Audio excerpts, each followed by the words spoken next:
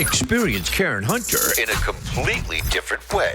Karen Hunter is awesome. The podcast. If you like me on SiriusXM Urban View Channel 126, you're going to love me. And Karen Hunter is awesome. Hey, this is Karen Hunter, host of The Karen Hunter Show on SiriusXM's Urban View. Karen Hunter is awesome is an actual podcast to bring heat and energy and knowledge and power. A 1-2 punch that I don't think you get anyplace else. Tell the truth. Check out the podcast wherever you get your podcast. You will not be disappointed. Am I wrong? Am I wrong for saying we did everything? We did everything. You know, I feel like and when you go see Sinners, if we just double down on us and then also build in self-defense protection from, because every time we are doing stuff on our own, because they say we can't do anything, but you sure spend a lot of time burning down our damn towns. And to that I say, F you. Yes, you say we are the dregs of society, but you sure be in our business all the time. Shout out to LaShonda, I think her name is Reyes. So she says these things. But yeah, what do you think about that? When I was thinking, wow, this sounds like a black doll, white doll situation. Like as she describing, like the way people are choosing. Oh, well, they believe this, so they choose this. They believe that Republicans are doing all these things, and so they choose it. This is so much centered around narrative change. Narrative. Like all these narratives that are playing on our psyche around what we think is best and what we think is not best. And what she's basically saying is Democrats, in my opinion, this is how I interpret it, Democrats need to get in the game of this narrative change. It can't no longer be like, oh, we're so smart, we're going to choose the right thing because it's logical. Like, no. Like, fuck that. Sorry. It's not about logic right now. It's about the narrative. Whose truth going to be bigger than the other person's truth? We're going to put these narratives together and get y'all believing what we need y'all to believe. That's what it is right now. Well, I came to the conclusion after November that this has never been political. They're going to push Republicans and Democrats on us, like their ideals. People ain't voting based on rights and, unfortunately. And in this case, this was if this didn't show you that this country is so anti-black and so rooted in this thing called whiteness, then I don't know what else would. So they didn't vote Republican. They voted white. And so if that's the case, I'm not going to make somebody who identifies with being white not identify with being white. And she wanted to take, give us the white women that are educated, 35% of those smart women. And there's 35% of white women who voted for Trump exceed the whole entirety of the black vote. Okay. So don't play in our faces. You still did that. So I'm saying self-protection. Let's be Homer Simpson in the bushes. Let them fight it out, figure it out, because as they're finding, the pain is coming to them, the farmers, to them in the workplace. These government jobs, most of them, they think it's us, it's them. The unions are finding out. The damn, auto workers, all of them are finding out. And so I'm like, let us be quiet. Let us be quiet. Let us build the world that we want to live in. And then, we're global citizens. We move about the cabin. We go where we're wanted. It's all good. Who cares? I live somewhere. Okay, is my mayor good? Do I have a mayor that's going to do the things? Is my city council good? My school board? Okay, because I live somewhere. It's low. All politics is local. My garbage being picked up? No, it's not. Oh, okay, let me show up to the meeting and tell Connie what she need to, let's gather up and then let's do the local game, like really, really hard.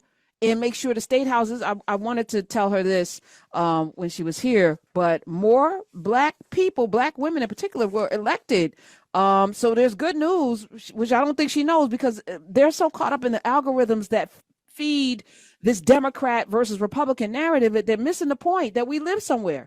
Record numbers of Black, Hispanic, Asian, and Native women are serving in state legislatures, according to a new analysis following the 2024 election. So there's good news that came out of the Center for American Women in Politics at Rutgers University, found that the number of women state lawmakers has trended up nationally continue to do that. And more than a third of state legislative seats now are held by women, the largest segment ever recorded, and more than 5 times more than the female representation in 1971. Women make up slightly half of the population, of course, but this is the way forward, and doubling down on our safety, liberation, resources, and rights wherever we live, and then coming together when we need to, when that hat goes up in the air, wherever you from, let's go. Until then, let them fight. The writing's on the wall that everything's going hyper-local. Everything's going hyper-local.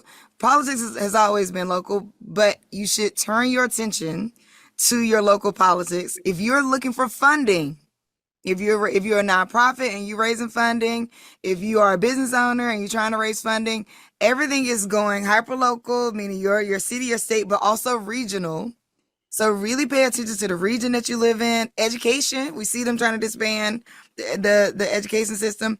All that is going to go hyper-local. So the writing's on the wall that for this next 4 years, everything is going to be hyper-local. So don't get too distracted with these bigger things that are happening, because it's all going to be what's happening right around you. And actually, this is where we see the most empowerment. This is where we see you actually see the change. So when you go talk to Connie at the city council and you say, hey, my trash ain't being picked up, you directly talking to Connie that can directly call the trash people and make your trash get picked up, right? Like, we need to start seeing our power. So I think there's yes to getting quiet, but I think there's also something around getting loud about, see how powerful you are. See where your power matters. See how your power infiltrates. See how your power impacts. See where your power matters. See where you are seen, and stop paying so much attention to where you're not seen. It's like we're paying so much attention to where we're not seen. I think I was going to ask you this. What you think about this? Okay, so psychologically, right? Racism everywhere, embedded in everything. Do you think there's ever a distraction around the need to call out racism in so many ways versus the progression of us? Yeah, I actually, and I hope that I'm doing it. Like, I'm being intentional. I didn't talk about the Carmelo Anthony story too much. I didn't, I'm not, there's certain things that I'm just not leaning into, because I'm always going to ask my question that Sonia Sanchez gave us: how do it free us? So is this, me getting clicks, proverbially, behind the mic, proverbially behind the mic? Am I just, flame throwing, cause this is, oh, look at what the white people are doing. White, black, white. And I was like, can we not talk about race? How do we not talk about race? And again, it is in the soil. It's in the air. It's part of the 2 in the H2L in the water, right? So we can't avoid it, but we can not give it life. And I was having a conversation with Daniel Black yesterday, and I asked him this question that I'm going to ask the audience. How much time do we spend speaking things into existence? 866-801-8255. How much time do we spend in our lives telling ourselves the things we can't do, and telling ourselves the things they won't let us do? If I had $1 for every time somebody told me they won't let us, I would be very, very rich, right? But I don't live in they won't. I don't live in they. I don't live my life based on what anybody outside of me is going to do. It's always about my vision for the thing that I want to get done, and how do I get it done, and who do I need to move out of the way or move around to get to the point that I want to get to? That's how we need to live collectively, individually. And if we all kind of have that attitude that I live somewhere, what am I contributing in my household? What am I am I a hindrance, or am I a help? How am I making this easier for everybody in this household, everybody in this neighborhood, for myself? And I think that's the way forward. And if we double down and focus on that, baby, listen, the reality is everything that we've been told about this country is mostly a lie. And it's definitely part of a myth making that is designed specifically to keep people with our melanin hue color in a subservient position. It's a lie, though. They actually need us, which is why they always come looking when we're not there. always come. Ain't nobody call you, which is why this movie, and this is the only thing that, I'm going to be real clear about, in terms of, I'm not spoiling anything, but you know that vampires need to be invited in, period. You know that. You're going to see that in the opening scene. Vampires need to be invited in. But that, to me, is a metaphor for everything. What do you invite in? We invite people to the cookout all the time. No, ain't nobody coming to the cookout for the next 10 years. Stop inviting people to the cookout. Nobody comes to the cookout. That's our cookout. Period. Stop handing out black cards. Yeah, no. Matter of fact, we shouldn't even have. There are no cards to hand out. You don't get nothing. You got to earn a card. That's how strongly I feel about it. But yeah, no, we got some work to do. But only to your point, I feel I left that theater so motivated because I could see it. I'm like, we're right there. Oh, we're right there. Can we get this? Which is why we all have to be zero tolerant of ourselves. When you start talking anti-black stuff out your mouth, so you already know you can't call up telling me black people crabs in a barrel. When she said crabs in a pot, I was like, nah, no, I'm not in the pot. Sorry, you in the pot. I'm not in the pot. I'm not a crab. That's not my natural habitat. I refuse to be in the pot with you boiling. I'm out. I was never in the pot. You ain't scooped me up. Like, we got to be that intentional.